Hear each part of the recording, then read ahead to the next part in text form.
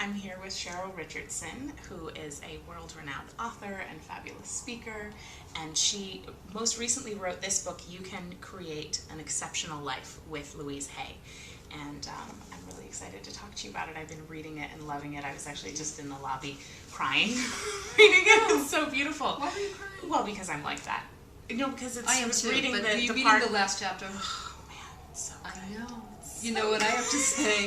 No, really, was that the chapter you were reading? Yes, that's the chapter I was reading. It's really beautiful. You know, the whole book, it's interesting, the whole book, when Louise and I decided to write the book, I know we're jumping in. Is that okay? Jump right in, Okay. and then we'll talk like a combo to the camera and me. Okay, we'll good. just keep, Okay, great. good. So when Louise and I first decided to work on the book together, the thing that I really liked about working with her is she agreed that we could just show up, sit with each other and talk, and see what wanted to emerge. Yeah. So we had no agenda. Yeah. And, at this point in my life, I prefer to operate on the fly. It's so much more fun. Yeah. So we did that, but when we got that particular chapter, I came to her that day, and I realized for the first time I had an agenda, because I had a very dear friend of mine who was seriously ill, and I was scared. And I felt really incapable of being there for the person in an effective way. I didn't know, and that's not usually my MO. I usually know how to be there for people in really great ways. Yeah. But I was facing what I thought was the potential death of someone I loved, and I remember going in and saying to her, today I have an agenda. And it was one of the most amazing meetings that she and I had, and that's why it's my favorite chapter of the book. It's such a beautiful chapter, and what I love about it is that you start... So this book, we'll talk about the premise for a second. Yeah, good idea. I know, because they don't even know what the last chapter is about yet. This is Cheryl, and I'm Hi. Kate. And, so the premise of the book, it's really a wonderful idea, is really, it's a series of conversations with Cheryl and Louise around the world, actually, which is kind of a fun aspect. Yeah. Just seeing what comes up in the conversation, and then you recorded them, and then transcribed them and added, I would transcribe them, and then I wanted the person reading the book to feel like they were right with us. And it did feel like that. Good, because that's what I wanted. I wanted people to know the setting, and when we were talking, when we were face to face, when we were Skyping, which she suggested. I know, I thought that was so fun in that part. I was like, go Louise. I know. Oh, she's the best. I can't tell you how many times I said go Louise through this whole process. She's so inspirational in that way. Yeah. But so the last chapter is about dying. It's about conscious dying. And it was a beautiful way to end the book too. It is a beautiful way to end the book, because any act of creation is such a metaphor for for really a life cycle. And so to talk about conscious death, and that it's not a negative, that it's a positive. Right. And at the end of any project, I would imagine, you've written many books. My particular favorite is The Art of Extreme Self-Care, and the chapter, Let Me Disappoint You. Oh, yes, that's the most popular one. Yeah. Let Me Disappoint You, this is the most popular chapter in that book, and number 2 is You're So Sensitive, yeah. which I'm really glad about, because I'm very sensitive, and I wanted to write about that. Yeah, so. and for so many people, that's said as a negative. You're so sensitive. Yes. And I heard it all my life. It really, obviously, to create great work, oftentimes is such an attribute. Yeah. So for you, in writing your different books, have you always experienced that kind of moment of sadness when they come to completion? Yeah, Kate, I really am a writer at heart. I write all my own books, every word. I edit every word. Nice. And I've been writing since I was 12. I'm keeping journals. So and if you read my books, you realize in some ways they're kind of like journals. I mean, they're teaching tools, a lot of them, but I share my own experience. Yeah. So I do, when I get to the end of a book, I feel a mixture of sadness and relief, like, oh, thank God this is over, and what a huge relief, I can get this off my chest, get it off my desk, get it off my computer. Yeah. And the other part is like, oh, I don't want to leave the crucible of this beautiful space and have to go back out into the world. Like, I feel like in so many ways my whole life is always this teetering. Marion Woodman used to say, holding the tension of the opposites. So for me, it's going inside, like, I'm kind of like a nun in a cell at heart. That's half of me, and then the other half is like, yay, put me out in the world and let me speak and teach and be with people. So there's always that sadness of knowing that I need to leave that monk sort of position and go back out into the world. But then once I'm out there, I'm happy. Like now, I'm happy. Right, yeah. And I've only seen you when you're out in the world, obviously.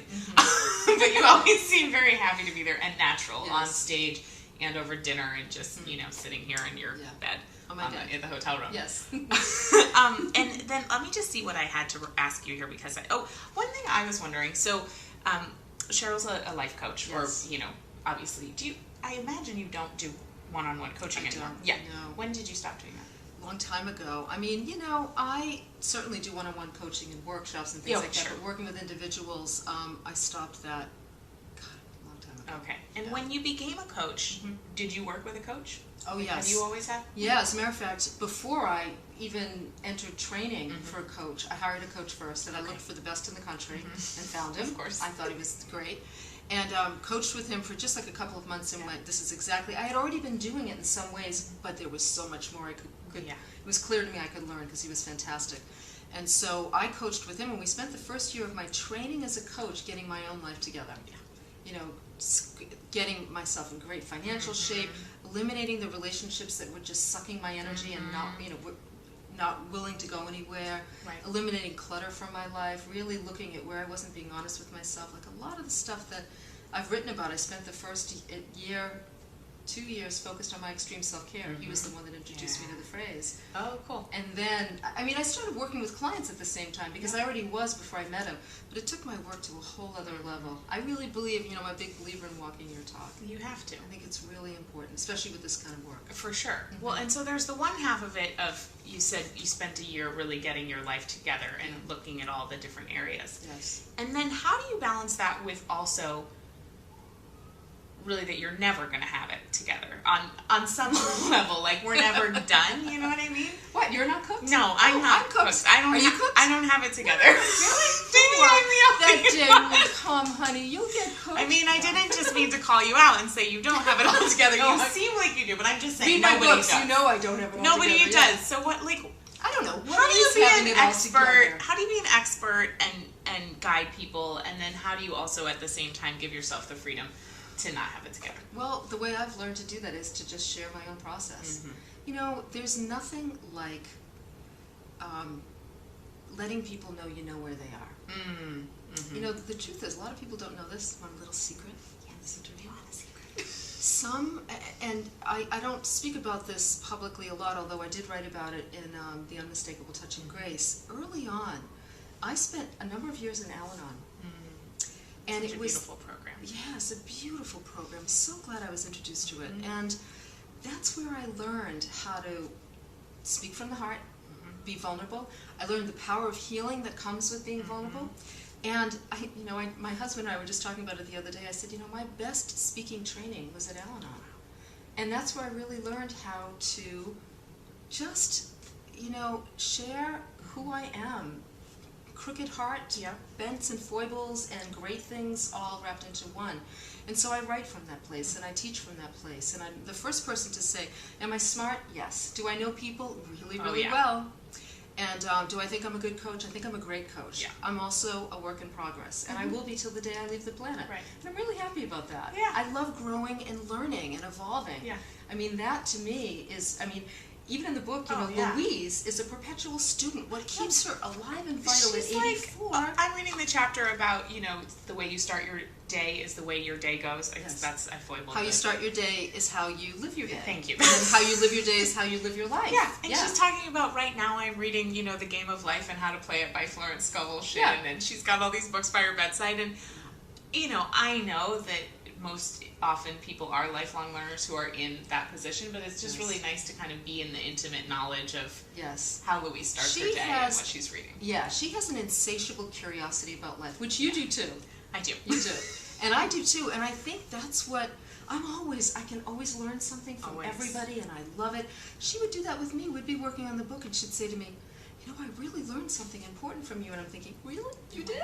How beautiful. It was such a great collaboration. Yeah, oh my gosh. And what was so beautiful is, so you've reached, quite a level of success, both public and private. I would imagine I don't know that much about your personal life, but I'm sure you love it. Would my husband think, he would say yes. He would say you rock. And so, yes, he would say I rock. But then you kind of took that and you were in such this humble place with Louise, seeing her also as a mentor and being able to see what would come of your conversations, and that's such a gift to have this success and have written books and all of that, and also be able to come into that place of, and I'm learning still.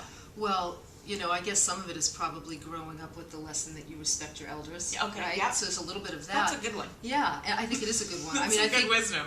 elders have a lot of valuable wisdom to share with us. It's just a lot of us don't take the time. Right. So I entered that relationship with a lot of respect. But also, you know, Louise was one of the first 2 or 3 teachers who put me on my own path.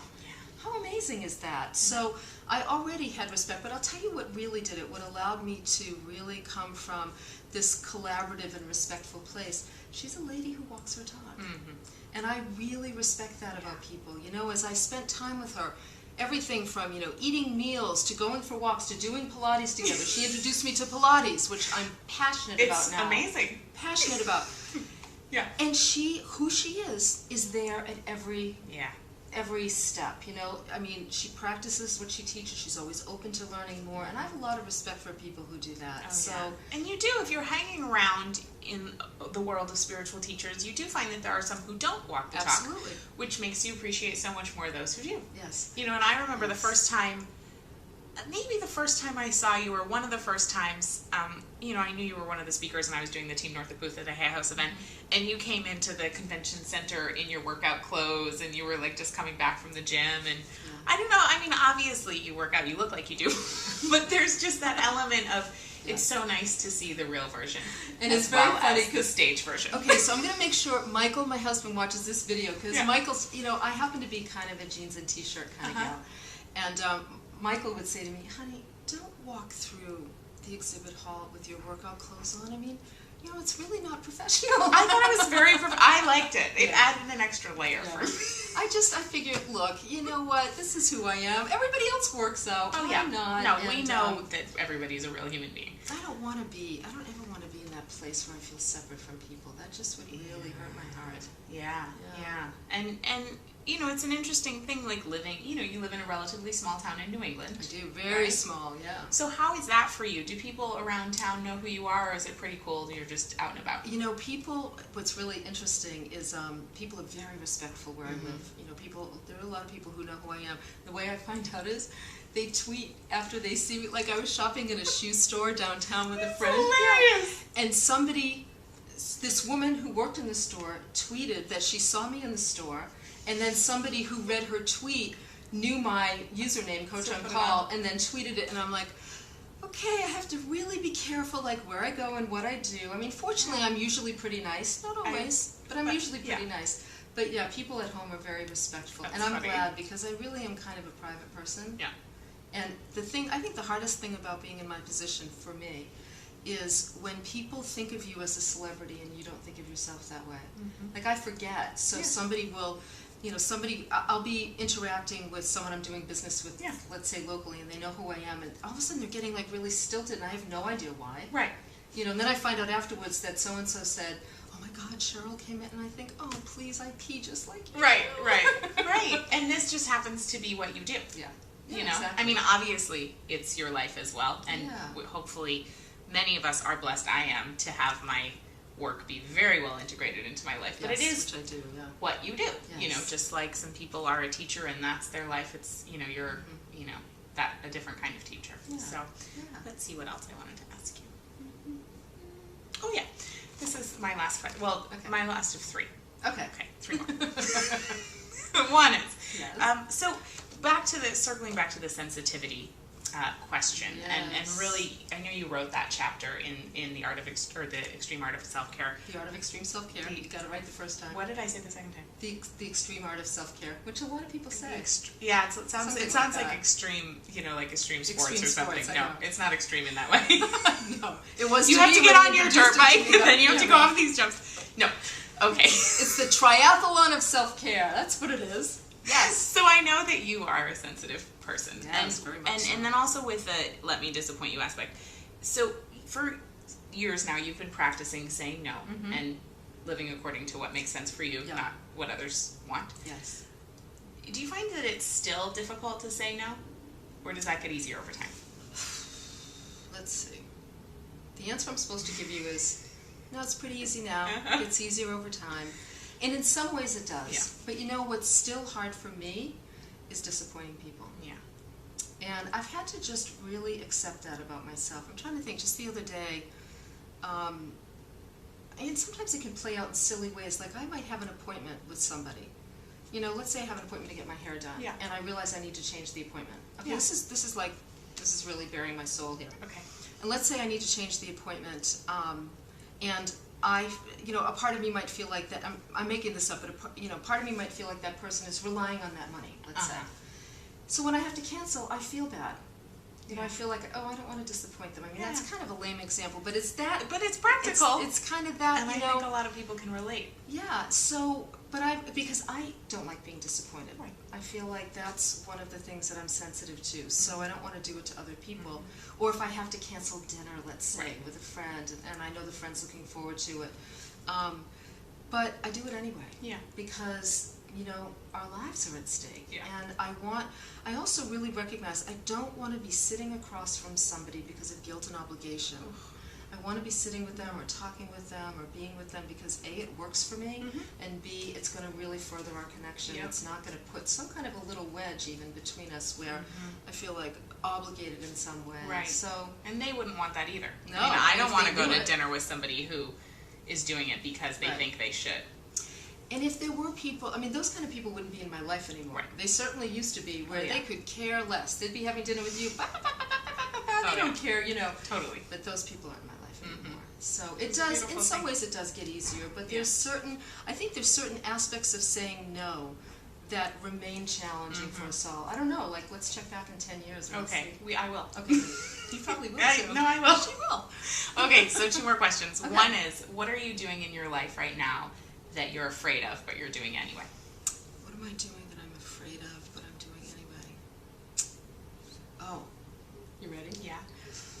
So I mentioned to you before we started filming that I'm a big fan of So You Think You Can Dance. Oh, right, and then we didn't finish it because we started talking about because I was going to say that there was an Argentine waltz on there that I wanted to send a video to your mom because she's such a great dancer. I'm blissful just watching her, I love it. because I can see how happy she is. Yeah. So I work out I save all the So You Think You Can Dance episodes, and I work out to them. Perfect. So I watch all the dances. Yeah. I love them. And so I decided, as part of a decision at 50 to live more fully in my body, to live more sensually in my body, I started taking private dance lessons.